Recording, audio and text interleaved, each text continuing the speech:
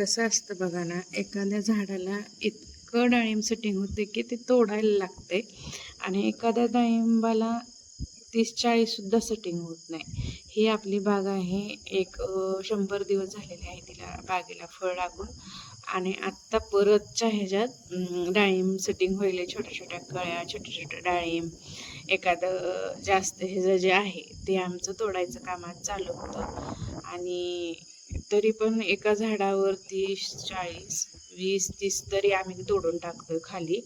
एखादं वाकडं झालेलं, एखादी कळी, एखादं 2 हे असते त्याच्यातलं एखादं असं आमचं काढायचं चालू होतं आज शेतातलं काम बागेचं. आता ह्याचं उद्या डोस टाकून घ्यायचा आहे आणि साईज जरा दुसऱ्या पण जे डाळिंब आहे ते पहिल्यांदा लागली आहे त्याचं पण आम्हाला जरा साईज छोटी वाटते.